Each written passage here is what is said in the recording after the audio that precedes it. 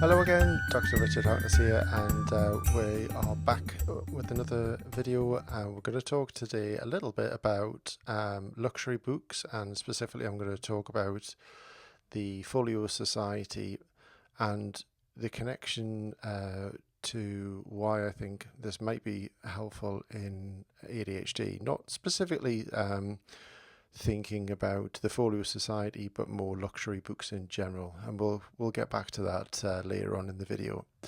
So a little bit about the Folio Society to begin with. It was founded in 1947 in London, and it originally began life as kind of a book subscription service. I believe in the early days, and for quite some time you had to order around 4 books a year, I believe it was. And so that was the initial model that they went with.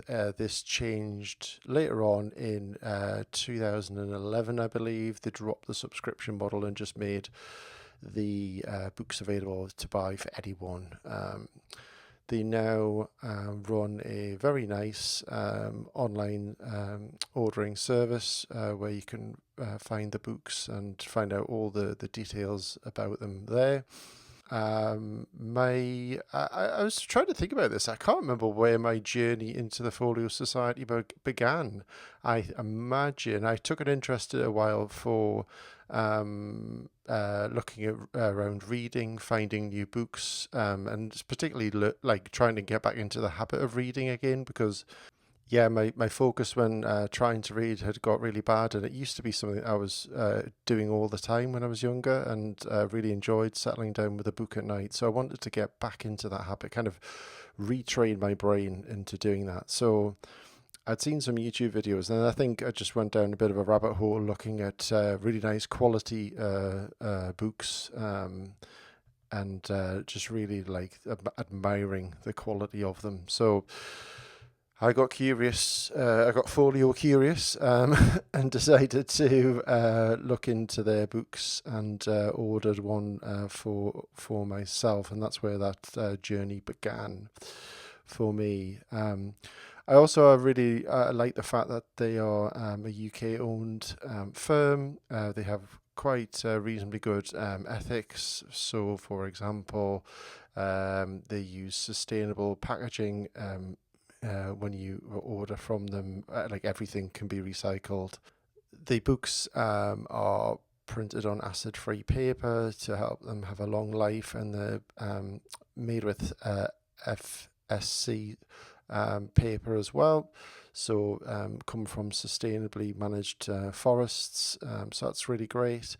So lots of things like that, and an interesting fact that I learned about them whilst doing the research for this video was they swapped to employee-owned model in the business in 2021. So they swapped models. So that's interesting that they've gone to a slightly more ethical business approach, perhaps. They are growing in popularity as a company thanks to things like Instagram and TikTok and BookTok and all that kind of jazz, because they are really lovely books to look at. I'm probably going to I will include some footage of them throughout the video if I haven't edited it in already. I'm sure you're seeing it right now.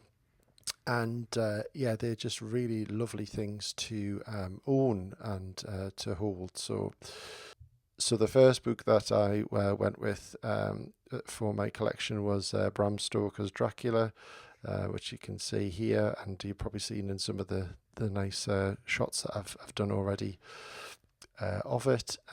It's really just a really beautiful book to hold. It's beautifully illustrated. The paper quality is lovely. It's just a pleasure to hold and to own and to read. I find for myself, and it might be something that you find as well, is when I'm reading like a cheaper book, I don't quite feel invested in it quite the same way. I don't quite get the same sort of pleasure out of it, and this is this is kind of what I was alluding to earlier on in the video, was that I think reading a book and how to enjoy a book, especially if you have ADHD, is to lean into the multisensorial experience of a book. So things like, how does the book smell? How does it look? Does it feel good in your hand? Is it lovely to look at? Like really lean. Apart from tasting it, you might not want to do that. How does a book taste? And I'm not about to find find out. You're thinking about all the qualities of a book, and actually just holding something that's really feels special. Like it really just adds something to the enjoyment of reading the book. Like when I opened that copy of Dracula up when I was reading it, I was like, oh, this is lovely. Like I really enjoy this. This is just a beautiful experience to read this book like this. Obviously, it helped the fact that I love the book as well. I've had a paperback copy since I was a child, and I've read it multiple times throughout my life, and that's why I went along with getting it as a book for myself in adulthood, and why I chose it as my first one from the Folio Society. And then shortly after that, I picked up two other titles, which I'd heard of. The Postman Always Rings Twice, so I got a copy of that one. I remember the film from was it the 80s maybe, with Jack Nicholson in it. Vague memories of it, but actually the book is, as always, the book is much better. I really enjoyed the book's style and the way it was written, and it was refreshingly short as well after reading Dracula. Nice and to the point, doesn't mess around, quite a sort of gritty noir, erotic kind of vibe to the book. It's a really, really enjoyable book. And then the other one I bought, which was a complete blind purchase, but it was in one of the very rare Folio Society sales, was this lovely book called The Singing Sands. So this is the other nice thing about the Folio Society, is it's often a way for people to be introduced to new authors and new books, because they tend to, whilst they do obviously lots of popular books, like they've done many Stephen King books, Lord of the Rings editions, they've done George Orwell, and they've done some non-fiction as well, mixed in amongst all that. So they do some more popular books, but they also do books that maybe aren't quite so well known, but by well-respected authors. And this was one of those sort of little experiments for me to try this out, and I'm so glad I did. Like, it was such a good book. I really got into it, really enjoyed it. It was a really good sort of murder mystery type novel, really well written, really captivating, and a bit of a page turner. So it's an older book as well, I believe. I can't remember the exact date of it. So I'm really glad that I tried a blind purchase on this particular occasion. Folio Society books are on the more expensive side, for sure. If you want to just read a cheap book, you could pick up one of these for probably a tenth of the price sometimes. But the quality of them is just lovely. They really are sort of things to treasure and to look after and to have, if you the kind of sort of person who likes to collect things and to admire the sort of quality, the craftsmanship, the artwork, like I do, all these kind of things. It's the same that goes for me with the 4K Blu-rays as well. I admire the physicality and the packaging of it. So if you want to get into them, they have like newsletters that they send out. The website's really lovely to look at, and if you create an account, you can create a sort of watch list or reading list that you can send to other people as well.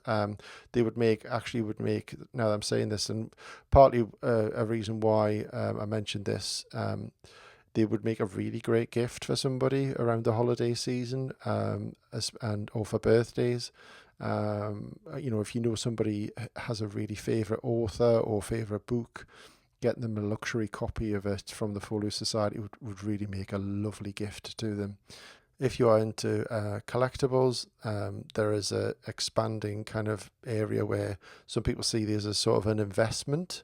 Beware if you're on eBay, because people can try and profiteer from this, which I don't approve of, by reselling copies that you can order from Folio Society directly for cheaper. I've seen inflated prices on eBay. I suppose this happens in all markets, doesn't it? People try to make a quick buck.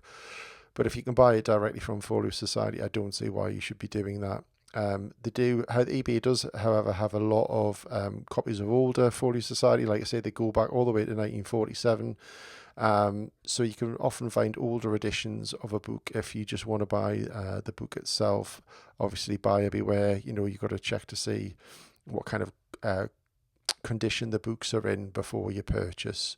But I've actually got an older book which I haven't brought onto the video, which I'm reading, that I found in a bookshop of Vanity Fair, which I'm enjoying, and that's really lovely presentation as well.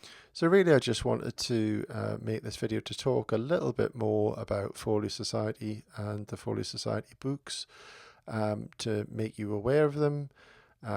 They aren't the only luxury book manufacturer around. I'm sure there are definitely others, but I haven't explored those yet. If you know of others and you recommend any, please leave a comment down below. I'd love to hear about your experiences with other luxury book makers. That'd be fantastic. And I hope you've enjoyed this one, and I'll see you again in the next one. Oh, and don't forget to like and subscribe and do all the things. See you later. Bye.